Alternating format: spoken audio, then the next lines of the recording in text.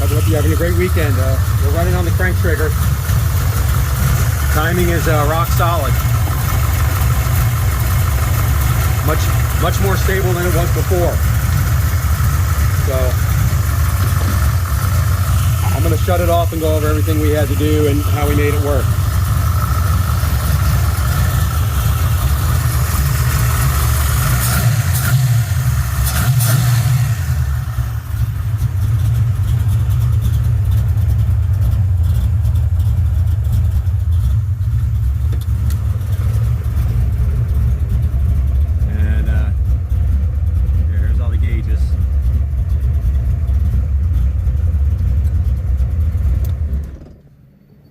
All right, guys, 1 second. All right, so that was our first fire with the crank trigger.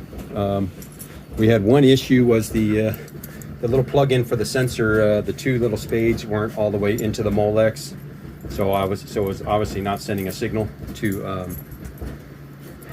Wasn't having any ignition, any spark. So, of course, once I got that plugged in, fired right up. So that's good. We'll have to check the phasing on the rotor and make sure we're lined up on that, but I think I got that pretty close anyway, as easy as it started. Now the issue, what we have here and what I want to show you, let me shut this dryer off. Sorry guys. So here's two different Ford dampeners, two different harmonic balancers for a Ford. And if you look at the OEM one, kind of has the spacer built into the front. My Summit one that I have on there is same construction as like this PRW one, and it comes with this centering hub, and then you use the snap ring to go whatever spacing you need, and then they give you spacers for your bolts to go through here. Well, I happen to have a solid spacer already, so I didn't have to buy anything. But if you see the solid spacer there, I put that on, and then I did have to space this out a little further for the alternator. And then this, I couldn't find a spacer at the hardware store, so I just used some washers, spaced it out, and that's working fine. And so that just moves the alternator out a little bit, lines it back up with the pulley.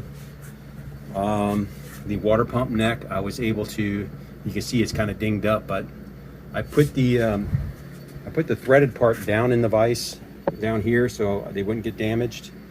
And then I used my torch, and I heated it with the torch, and I used a breaker bar in the mouth there and just kind of leaned on it, you know, like so, pulled back on, and just enough to bend it to where I got clearance. So it's probably bent, you know, kind of like that, you know, put a little curve in it. So that's all the clearance that needed there. And then this clearance for the alternator, which was, I went another 1/2 inch out. I did have to go and get longer bolts for here, and this bolt was plenty long enough, so that's fine. And then the mounting hardware they gave me from Innovators West, I didn't use any of it because it was all set up for a OEM balancer, and I couldn't get it to line up. I couldn't get anything to line up correctly, so what I did was I just used the spacers.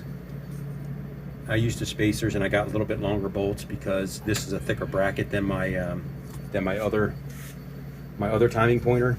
I had a billet timing pointer on there already, so I just used those spacers and those link bolts. So I don't know how that would work with this type of balancer, you know.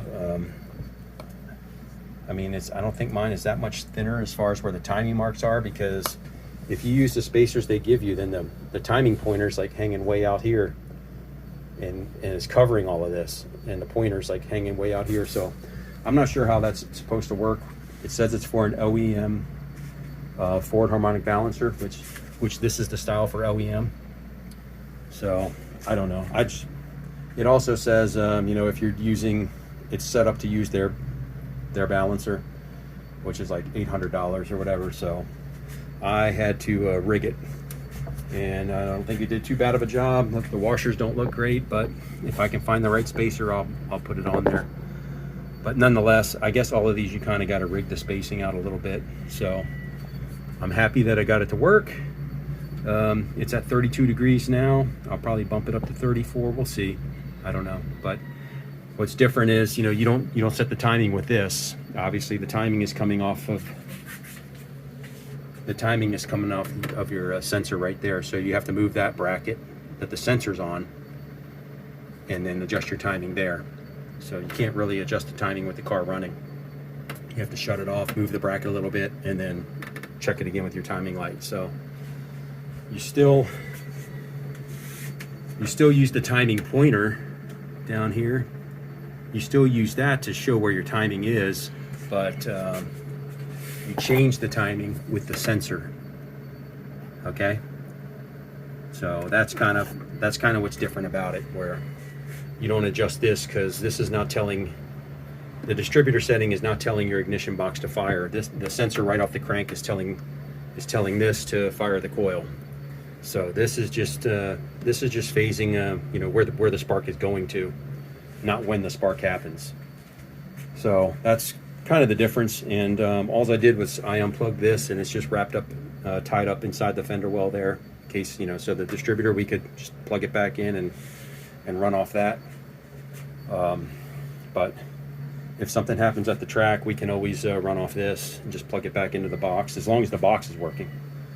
But anyway, that's the kind of the nitty gritty on the. It took me a full day of fiddling and trying out different spacers and lining everything up and seeing what's going to work, and you know, if you got to make longer bolts here or use different brackets and spacers down here. So, but yeah, once the sensor was actually plugged in, it fired right up. So thought I had a bigger issue. I started reprogramming the box, thinking that I fried the ignition box somehow or whatever, but it was just the sensor was not plugged in. And you know, the two wires were not plugged into the plastic connector. So I went to go unplug it, and the two wires fell out. So I was like, well, that's probably the issue. So hopefully we are good to go from there, and we'll see what happens after that. All right, guys, hope everybody's having a great day. Crank trigger's installed. We had some challenges like any of this kind of stuff, but it's done, and yeah, the timing is much more stable. I'll try to get a video of that. I don't know if that'll catch it, but the timing is pretty rock solid. So way more solid than going through everything here. Like I said last time, even though this is locked out, when I revved it up, the timing retarded like 4 or 6 degrees. This one doesn't do that, so we'll have more accurate timing all the way through the RPM band. So that's it, guys. It's super hot out here. I'm probably going to jump in the pool.